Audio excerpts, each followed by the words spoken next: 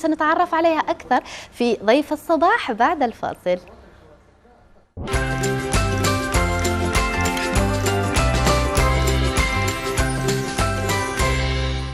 أسعد باستضافة كل من السيدة دليلة حسين، هي رئيسة جمعية نور للمرأة والأسرة والطفل. صباح الخير، جمعة مباركة. أهلا وسهلا بك وبجميع المشاهدين والمشاهدات. أهلا بك أيضا. ومعنا أيضا نائبة رئيسة الجمعية وهي السيدة ضياء عباس. صباح الخير. صباح النور، بارك الله فيكم على الاستضافة، إن شاء الله نجوز لحظات طيبة معكم.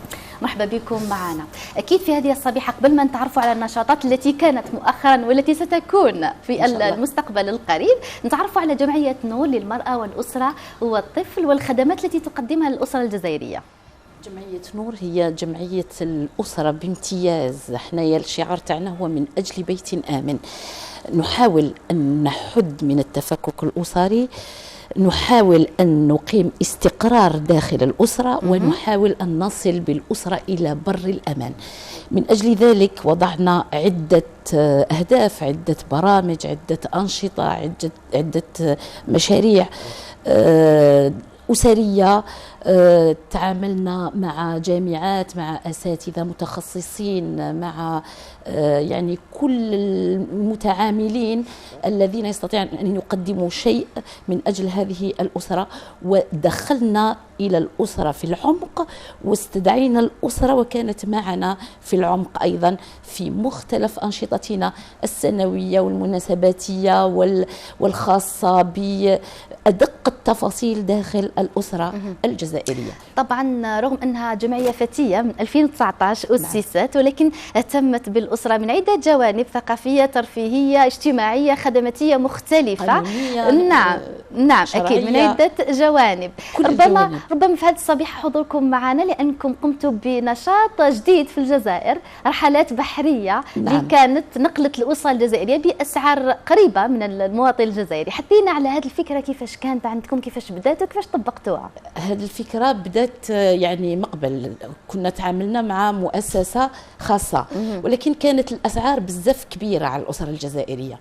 وإحنا بعد ما يعني بعد الامتحانات كي تعرفي ضغوطات الامتحانات بالنسبة للأسرة الجزائرية والظروف الخصوصية وما إلى ذلك، كنا قدمنا برامج تاع دعم وتطوع الأساتذة، يعني باش كيفاش يقولوا باش الأسرة الجزائرية يكون عندها نوع من التنفس هكذايا، فضاء الاستجمام. خممنا في فكرة هي تاع الرحلات البحرية، وكانت باخرة سريدي في الخدمة.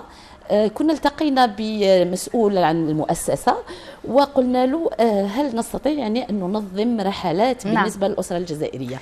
وكانت ما تقدريش تتصوري كيفاش كان الضغط علينا وكيفاش حبوا هذه الرحلات وكيفاش جاوا بقوة. يعني الأسرة الكبيرة جات، كان فيها يعني إقبال كبير من طرف الأسر أكثر من كبير. والنتائج تاعها كانت مبهرة يعني الحمد لله صراحة. نعم أكيد. فيما يخص هذه الرحلة، زميلنا مروان مشري كان قريب وكان زائر، كان معكم في هذه الرحلة، نقلنا صورة مقربة فيما يخص هذه الرحلة. يلا نتعرفوا عليها مشاهدينا ونعيشوا الرحلة مع طبعا الأسر والعائلات من خلال هذا الروبورتاج، وبعدها نواصلوا الحديث. تفضلوا.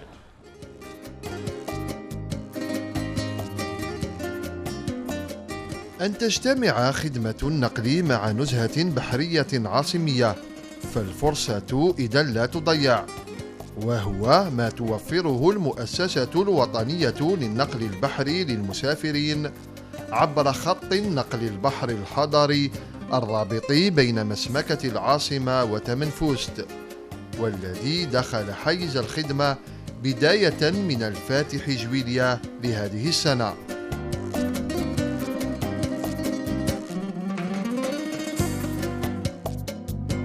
الرحلات البحرية على متن العبارة سريدي مقترحة بأسعار لا تتجاوز 400 دينار للكبار و200 للأطفال دون 12 سنة، مع إمكانية التنقل بنصف السعر من المسمكة إلى الصبلات.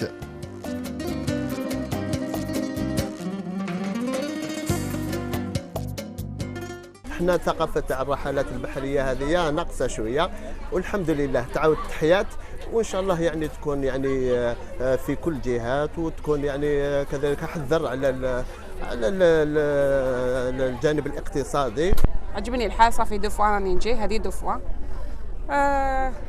عجبني البابور كليماتيزي، ما كاش سخانه، ودوك نديماريو منا نجوزو على الصابلات ونزيدو نكملو حتى تنفست. نرافق اليوم جمعية نور التي بادرت إلى تنظيم خرجة بحرية لفائدة العائلات والراغبين في التنقل عبر البحر نحو شاطئ تمنفوست لقضاء يوم صيفي ممتع وتحقيقا لرغبات الأطفال بالخصوص. نروحوا لابيروز نعملوا شويه، نقعدوا نهار مليح، من بعد نعاودوا نولوا. انا رايحه لابيروز وعجبني البابور تاعكم بزاف، وان شاء الله نتمنى لهم كامل اللي يكونوا هنايا ويركبوا كامل في البابور. سي مروان اهلا بك، واش رايك؟ لاباس خير؟ واش رايك؟ صافا لاباس؟ مرحبا بك سي مروان، واش رايك خويا؟ صحه بخير لاباس؟ مرحبا بك على متن باخره سرايدي، اهلا وسهلا، وان شاء الله فيها فواياج باذن الله من لابيسري لابيروز بربي ان شاء الله. مرحبا بكم، شرفتونا بالحصه تاعكم، اهلا وسهلا. تفضل سي مروان. بسم الله رب العالمين. انا ان شاء الله باذن الله نبداو ان شاء الله البريباراسيون تاعنا. كلير بابور كابتن، كلير بابور.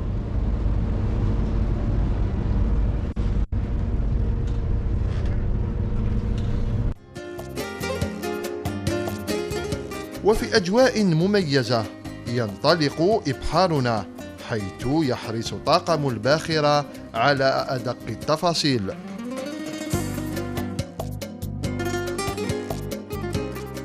الرحلات راهي بوكو بليس العائلات الأطفال، احنا والبليزير تاعنا كما قال لك تشوف لي فامي فرحانين وكذا، الناس راهي تجي تفوت النهار لهنا، كاين اللي يجي يقعد في لابيروز يعاود العشيه يرجع. تسمى يعني راهي مبادره جديده، احنا نتمنى ان شاء الله باش الشركه تاعنا تزيد تشري، نقولوا احنا بواخر 3 ولا 4. حنا شفنا بين الطلب راهو كبير، والله غنخلصوا على 8 تاع لي دي فوا، كون تبع المواطن نقول لك 24 ما تحبش، الشعب كامل حاب يطلع. وشو كي تجيب ربي نهار كيما كذا كيما نقولوا بوطون وهذاك فصل الصيف، مع موسم الصيف وكذا، وجاتنا مع العطله تاع الخدامين، كاين جماعه جوي واحد من جماعه اوت، حنا دوك في الوسط الله انتقلنا من جوي لاوت، والحمد لله رب العالمين. يعني الشركه راهي وفرت لي مويان بيرسونال، راهو كيما نقولوا حنا ديسبونيبل، حنا رانا لهنا. هذه الرحلات من شأنها تمكين سكان الولايات والمدن الساحلية من النقل البحري، وهو ما يمثل فرصة في فصل الصيف تحديدا الذي يزداد فيه الإقبال على الشواطئ.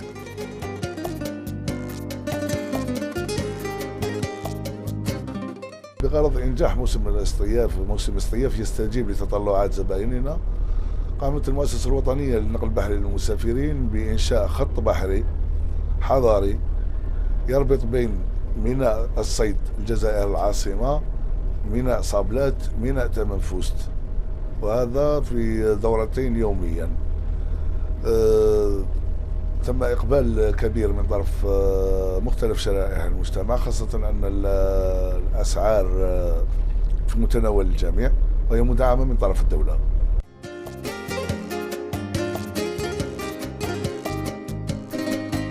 وبعد أقل من ساعة نصل إلى محطة تمنفوست العريقة وشاطئها الجميل. عبر سرايدي كانت لنا عدة رحلات، وهذه كانت رحلة كاملة لينا حنايا كجمعية، فتحت لنا آفاق كبيرة على الجمهور العريض. تواصلوا معنا ناس من كل الولايات ومن أبعد البلديات، ويعني مبهورين وحابين يكون عندهم خرجات ويكون عندهم فسح لعائلتهم. وفي رحلة العودة نترككم مع هذه اللوحة الزرقاء عبر الباخرة سرايدي والساحل العاصمي.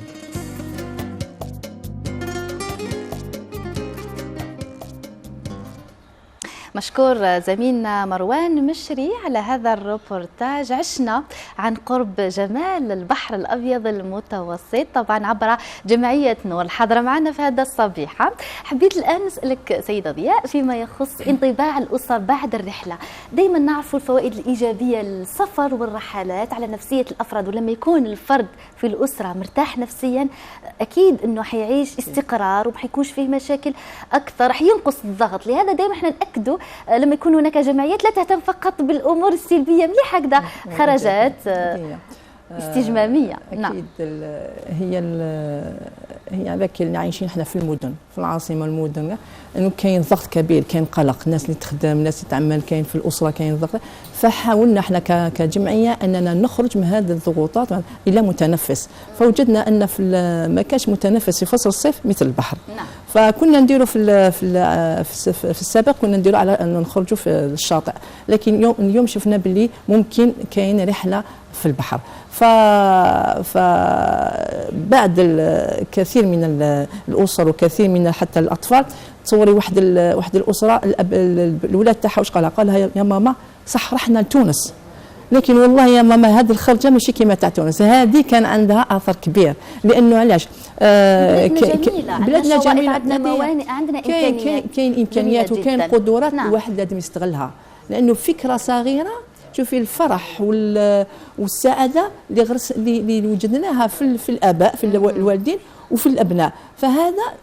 فهذا لازم نستغلوه، لازم نستثمروا فيه. دائما نشجعوا السياحه الداخليه. بارك الله فيك. نعم. لازم عندنا نشجع السياحه الداخليه، السياحه البحريه، السياحه البيئيه، لانه الجزائر عندنا تصوري عندنا 1200 كيلومتر تاع البحر، علاش لا يستغل؟ صحيح. علاش حتى كي رحنا احنا في الرحله هذه البحريه شفنا ممكن تكون وجهات اخرى، ماشي غير تنفس ماشي غير مسلكه تنفس مستقبلا حتى نروحوا رحلات اطول. كذلك حبينا احنا شفنا باللي ممكن نديروا كنشاط بسيط داخل الرحله لربط العلاقات اكثر مع العائلات، لمتنفس اخر، كما نقولوا راحه افضل للاطفال. مع حتى في الاطفال جيبي لهم كلول. نعم. جيبي لهم دير لهم رسومات، خليهم خليه نشاطات سباحه. يعني كاين خير كبير. نعم. كاين كما نقولوا كاين ممكن برامج افكار موجوده، شكون اللي ينفذ وشكون اللي يطبق. نعم. هذه هي والفائده راح تكون مختلفه.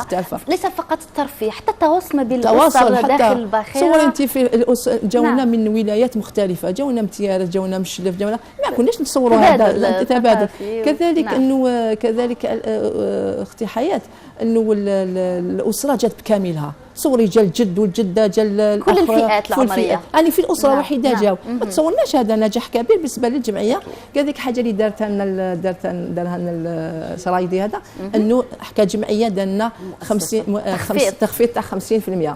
يعني حاجه كبيره بالنسبه لنا. علاش كان اقبال للجمعيه؟ نعم. نشجع كي تكون انت في تصوري دينا في الباخره 200 فرد، فما باش تاثريهم وتدخليهم كاع وكما نقولوا ترضيهم جميعا مش حاجه سهله، لكن هذا توفيق من الله سبحانه وتعالى. ممتاز. هذه فقط البدايه، الصيف لا يزال متواصل ان شاء الله يا رب. متواصل. تجربه رائعه ورائده، تجربه جميله ان شاء الله تكرروها للاسر الجزائريه. نشكر نعم. جزيل الشكر القائمين على الباخره، كانوا معنا، امنوا لنا الرحلات، حتى الشباب هذوك اللي قائمين على بيع تذاكر وكانوا معنا لداخل، يعني بذلوا مجهودات كبيره جدا. ما تتصوريش الضغط اللي كان، وما تتصوريش كما قلتي يكون هناك تعارف. تعرفي في الاول كي يدخلوا واحد ما يعرف واحد، لكن كي نعودوا موليين اسره واحده، تولي اسره واحده داخل نعم. العباره تقولي كانك في عرس، كانك في. وهذه تجيب هذه كانت واحده استاذه معنا جابت الوالده تاعها من بجايه، ومن بعد كملت الرحله وخرجت وكامل. وبعد قالت لها دوكا ولاو عندي صحاباتي لازم نعاود نولي. يتسمى هنايا علاقات اجتماعيه تتقوى اكثر. انا كنت في رحله عبر باخره منذ 2-3 أشهر، وش لاحظت انه في الباخره اللي كنت فيها في الجزائر، الباخره اللي كنت فيها كان هي لمده 2 ساعتين، نظن 2 ساعتين ونصف في موانئ الجزائر. لاحظت انه حتى كبار السن كانوا حاضرين، كانت عجوز كبيره كانت مع ابنها وفرحانين، والاسره الجزائريه عندهم روح السفر والضحك، وكان في اجواء رائعه جدا. نعم يجيو ب 15 عائله فيها 15 يجيو، هذا يجيب نسيبه، يجيب جده، يجيب خاله، يجيب عمه.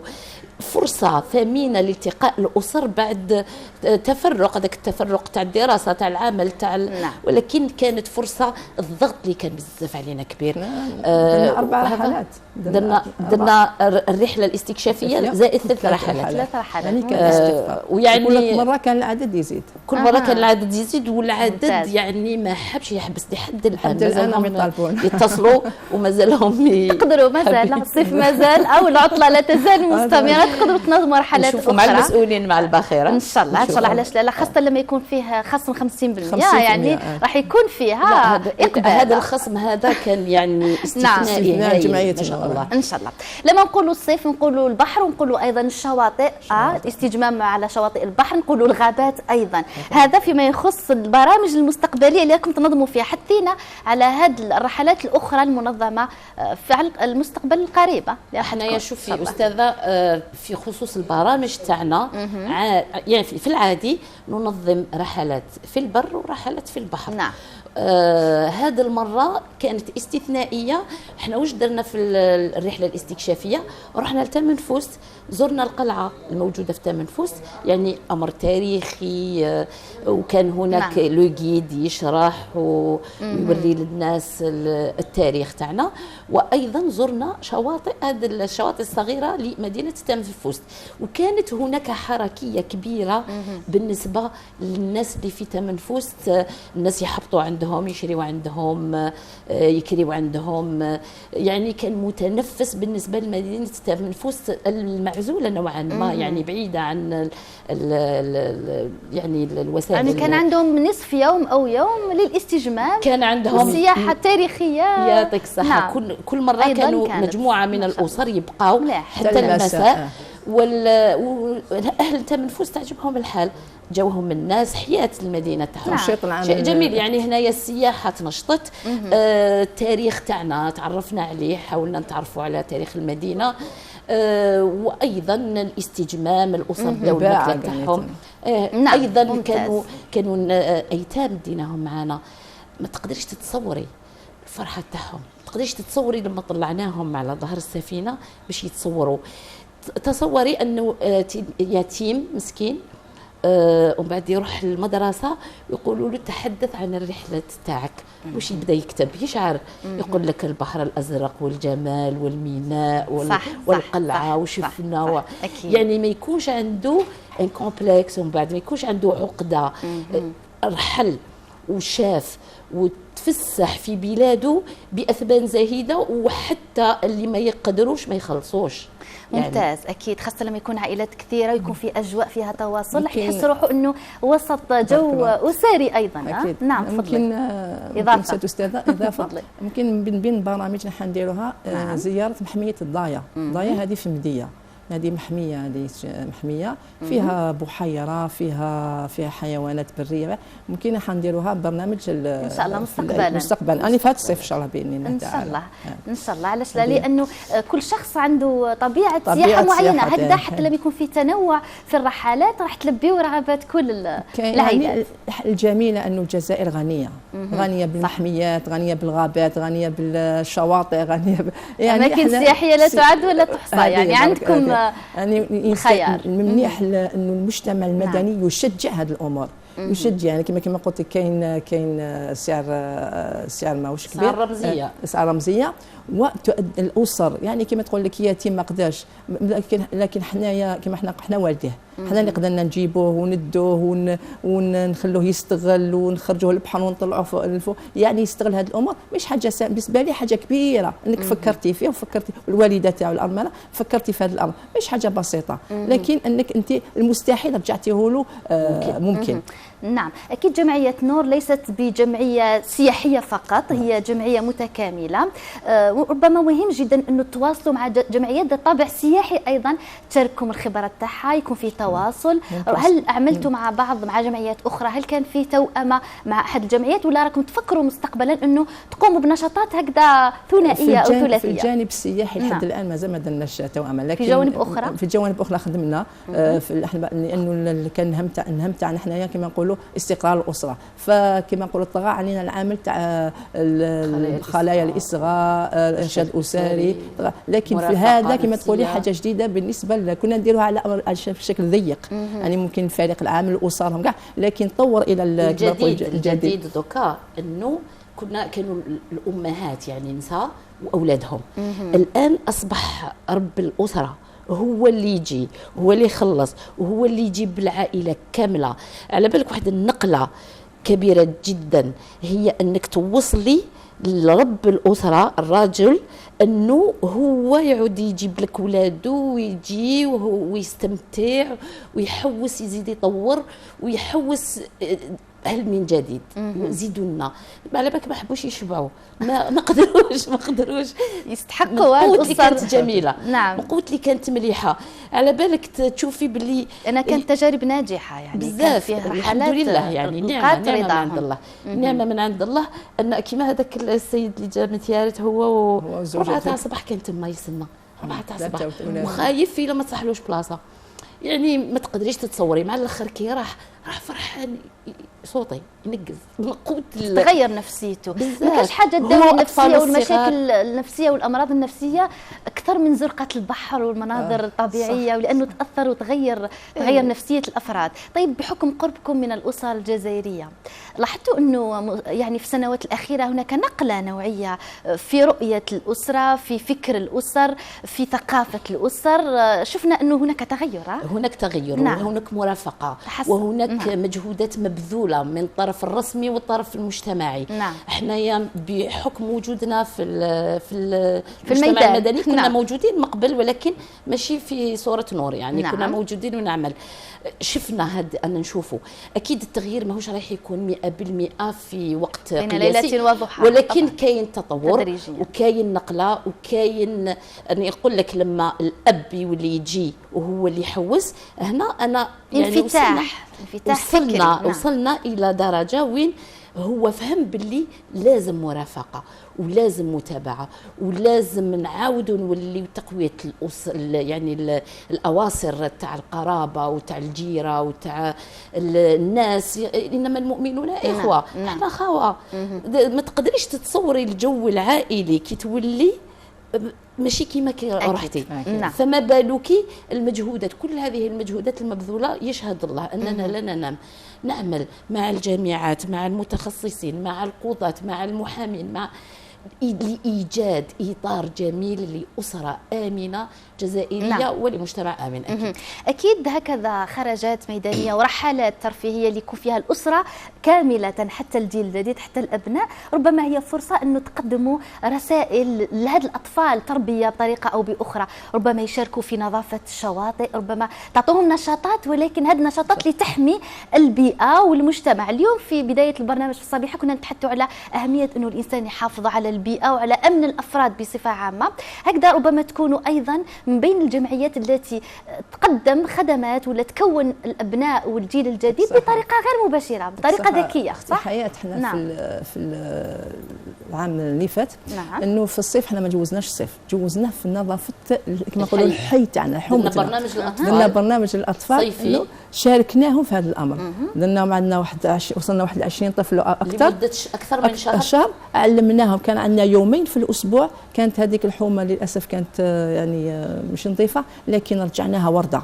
هذه في باش جراح مع الأطفال، يعني شرينا الوسائل اللازمة وعلمناهم أنك حومتك تكون نظيفة.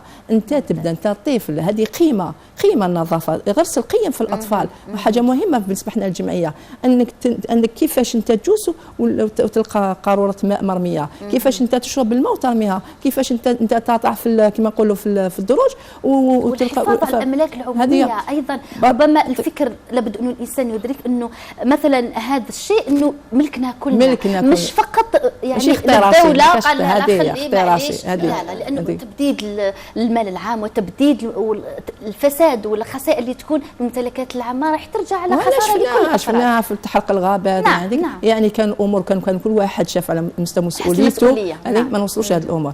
فهذا الامر هذا احنا كما نقول لك الصيف اللي فات عشنا هذا الامر وحاولنا. علاش قلت انا في كما قلت في الباخ كي نروحوا في الرحله منيح نشاطات نبعث رساله عن طريق اللاعب، عن طريق كما نقولوا الكلول، عن طريق كلمه، عن طريق انك تشدي مجموعه تاع الاطفال ديري رسومات، اقل يرسم لي قاش تشيد، يعني بهذه طريق مسابقات مثلا تحفيزيه. بارك الله فيك. فاحنا هذه الامور احنا نشجعها ونقوم بها، يعني ما نخلوش ما نديروش يعني قال رحله ما فيهاش. دينا خطره هذيك تاع الحراش، دينا الغابه في الحراش هذه امي جايه على واد الحراش يعني جديده هذه، فاستغلناها واش درنا لهم؟ درنا مجموعه من الاطفال ودرنا لهم كل وحده درنا لهم ام بديله، فاعطينا لهم قصص، من كل قصص نخرجوا عبر، نخرجوا موعظات هكا مسابقه بيناتهم. وبعد نسالوهم، يعني كانت خرجه ثانيه رائعه.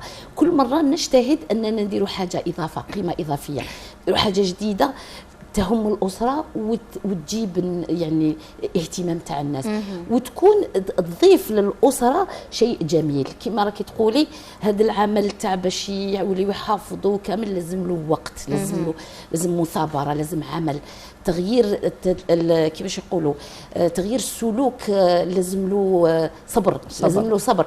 كاين ناس ما يعرفوش يستمتعوا بالرحلة، زعما تطلع هم قلال يعني، ولكن تطلع تقول هذا مكان ما واش راكي حابه واش راكي حابه، استمتعي بالبحر، استمتعي بالاجواء، احكي مع الاخر، ديري علاقات، احمدي ربي سبحانه على نعمه الصحه ونعمه التنفس، الهواء النقي.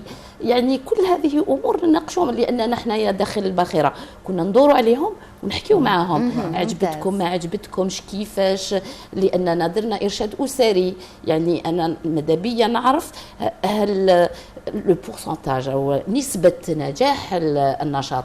لما يكون النشاط نجح 80% بالنسبه لي نجاح، لكن يبقاو هذوك ال20 او ال10% يبقاو نعاودوا نقول حتى نطور يعني الاداء تاعنا، علاش ما عدم الرضا هذا؟ علاش بحاجه قليله ارضاي، فرحي ولادك. كاين ناس نكديين بطبعهم، هنا تحاولي تشوفوا الاسباب وكيفاش تغيروا الامور السلبيه، تكثري معها، تحكي معها، تدخلي لها، تبدلي لها الفكره، تبدلي لها السلوك. اذا حنا ماشي رانا نحوسوا، حنا النشاط متواصل.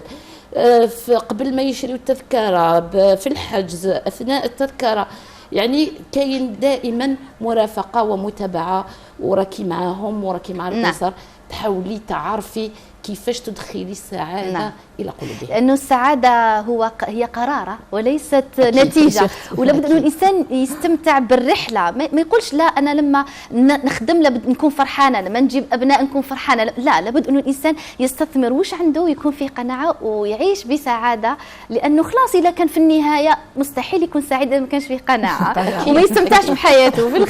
في الختام رسالتك للاسر الجزائريه، ربما بحكم قربك واحتكاكك بالاسر عبر الجمعيه، رسالتك في النقاط اللي لاحظتي انه لابد انه يخدموا عليها ويعملوا عليها. شوفي، انا رساله ممكن نبعثها للاسره الجزائريه، انه نعيش اللحظه، اذا كانت لحظه سعاده نعيشها، لا ما نخليهاش تروح. اننا كما نقولوا التماسك الاسري شيء جميل جدا، الاهتمام الزوج بالزوجه والزوجه بزوجها والابناء شيء جميل جدا، الحوار شيء اساسي في الاسره، اعطاء وقت انه نخرجوا في نزهه كاسره شيء ضروري جدا. هذه هي رسالتي. فالتمسك التمسك التمسك. في الختام واش تقولي للمشاهد الكريم؟ في الختام نقول لهم من اجل بيت امن حاولوا ان تعيشوا اللحظه، حاولوا ان لا تبددوا اوقاتكم الجميله في طلب المزيد، استمتعي باللحظه واطلبي المزيد فيما بعد، ماشي مشكل. ان شاء الله كانت رسالتكم وصلت. انا نقول لكم موفقين ان شاء الله، الاسر دائما يكونوا راضيين عن النشاطات اللي تقوموا بها. نتمنى لكم مسار كله نجاح وتوفيق طبعا لخدمه الاسره الجزائريه. شكرا ويومكم موفق. وبرنامجنا لا يزال متواصل مشاهدينا. تحيه صباحيه متجدده لمتابعينا من داخل وخارج الوطن. طبعا دائما نشجع